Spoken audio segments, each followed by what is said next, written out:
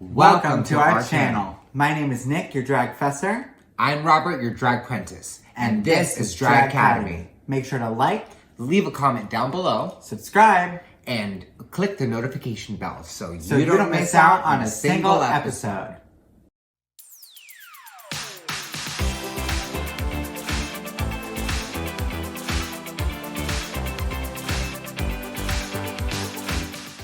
Welcome. Today we're talking all about drag tights, so you don't have to be so uptight about it. Are you ready for all types of fun tight facts? Yes. Yes. What do you know about tights? That they come in a variety of color and styles. There's mesh tights. There's non-mesh tights. They all stretch and some are stoned.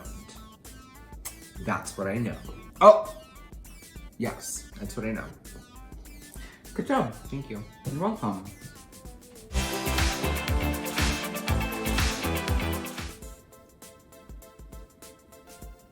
You ready? Okay. Time for class. So, the first thing we're gonna go over is a technical term that you will see on packages anytime you're shopping for tights. You're gonna see a word spelled D-E-N-I-E-R. I think it's pronounced denier. I could be wrong. I pre-called it, so if you say I'm wrong, you do not got me. Having said that. That or denier, but... Yeah, I don't know. Denier. Denier. I say denier, it's fancier. Regardless, denier is the measurement of the opacity of the tight. Huh. So typically they'll come with some type of graph letting you know, but about 60 to 80 is considered opaque. Opaque by tight standards isn't as opaque as you'd think. For full opacity, you want over 100. You can typically only find lower denier at drugstores or Walmarts, Targets. They don't typically carry fully opaque tights. So you typically have to go to a dance store or online to find higher denier tights. So that's your first bet. So besides denier, when you're also shopping for tights, there's something else you're probably gonna see if you're shopping at a Walmart or wherever. You're gonna see a lot of control tights. For any drag purposes, I strongly advise you do not buy a control top under any circumstance. And there's a few reasons why. That's the one tight I don't have here to show you because I don't own it. So when looking at a control top, at the top you can see a clear line of demarcation in which the opacity will change and the amount of compression will change, meaning that not only will you see it, but even if it's completely covered, if you're using any type of hip pad, it will be compressing the hip pad at a greater amount, and so there'll be a little dent in your silhouette at the top of the control. So for all of those reasons, control tops are not good for drag in any capacity. Do not buy control tops. That's my top tip. And do not be a control top. Be a love top.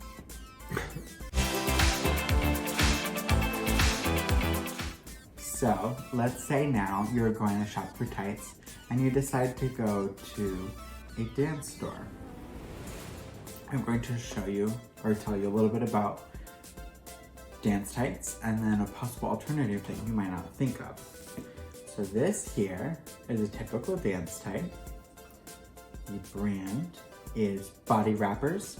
Body Wrappers and Capezios are the main brands you will see. This is a dance tight. So this is considered a nude color. And these are a 80 denier, I believe. They are considered opaque. However, they're not as opaque as a similar type of tight that is a skating tight made for ice skating. These you're not going to find in any in-store location that I know of, but These are 120 denier, I believe, don't quote me. And they are way more durable. They're made to have way more impact. They're made to last longer, and they keep you warmer, which is a pro and a con. But for drag purposes, when you're wearing multiple tights to layer and create opacity, they are great because you can wear less tights and have less of the side effects of extensive amount of tights while still maintaining the opacity. So look up skate tights and see if you can find some online if you're looking for dance tights, and save yourself a layer or two.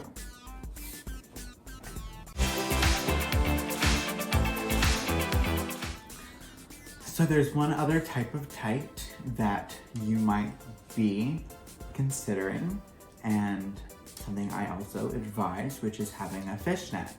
Fishnets can help you blend shapes a lot better when you're layering your tights.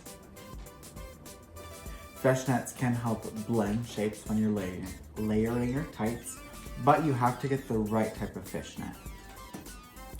This is a traditional type of fishnet that you've all seen at the Halloween store or wherever. Also the type of fishnet you're gonna get at Walmart. It's stretchy, but it's easy to cut, and they don't last very long, and they can run, not long-term friendly.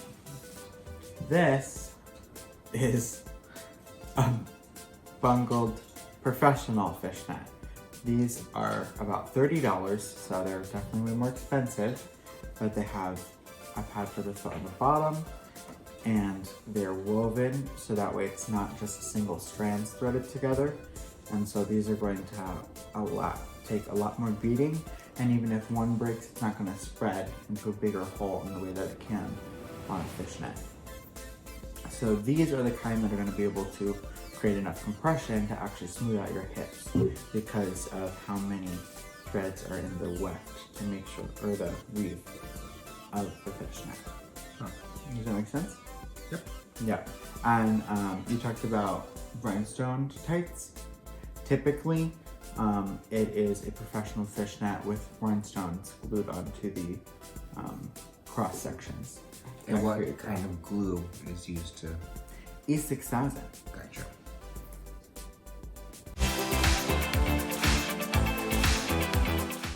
So, now that I've covered all of the different things to consider when shopping for tights, you still need to know what tights you actually need to buy because you probably want to match your skin tone. And there are not that many skin tone options in tights.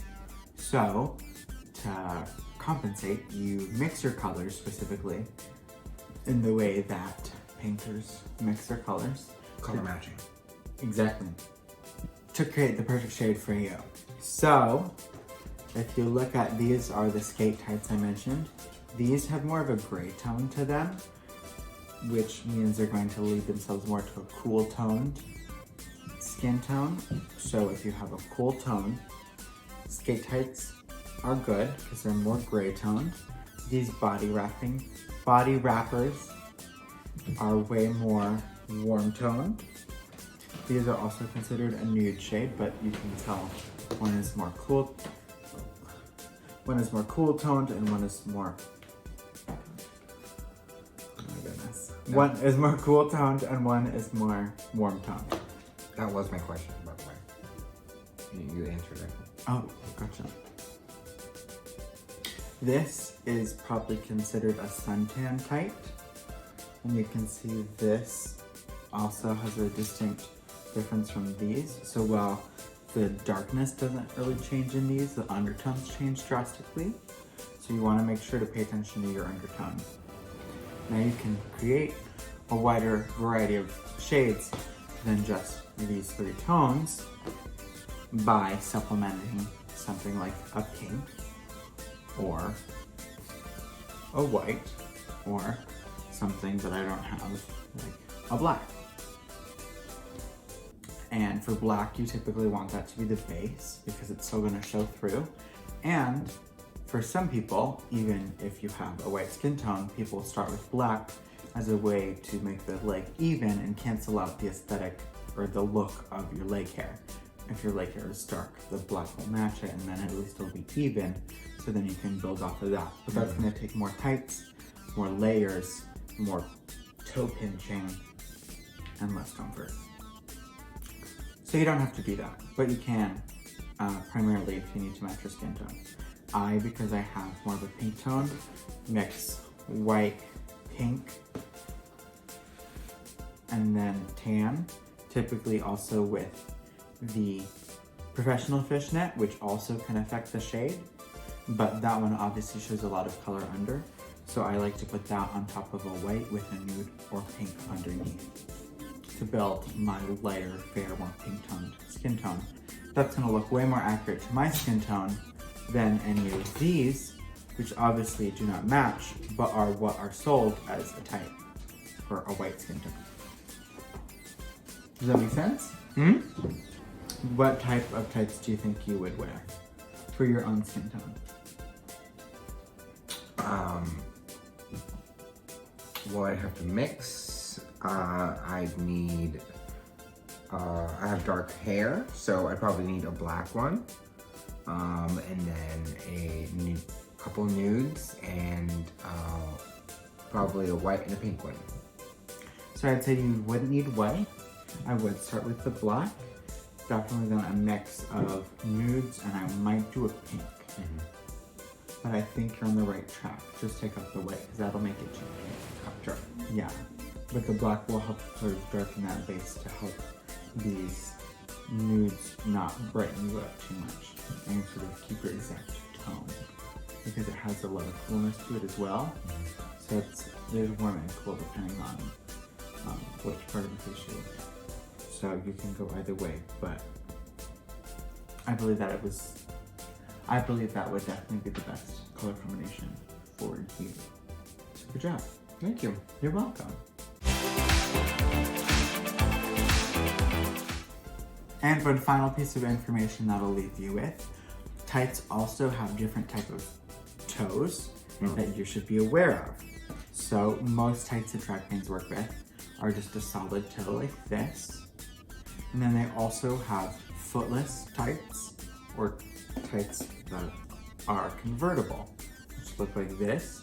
They have this part which the toes can go in, and this hole will sit on the ball of the foot. Or you can leave it at your ankle and it'll be a footless tight.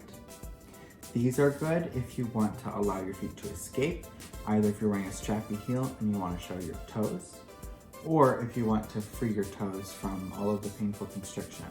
You can have these on top and then take it off and relieve the pressure on your toes. But they also have a few other varieties, but those are the two that I've ever used for drag. And then they also have some that go all the way up the body and have straps, which can be good for body illusion purposes, but they can cost more.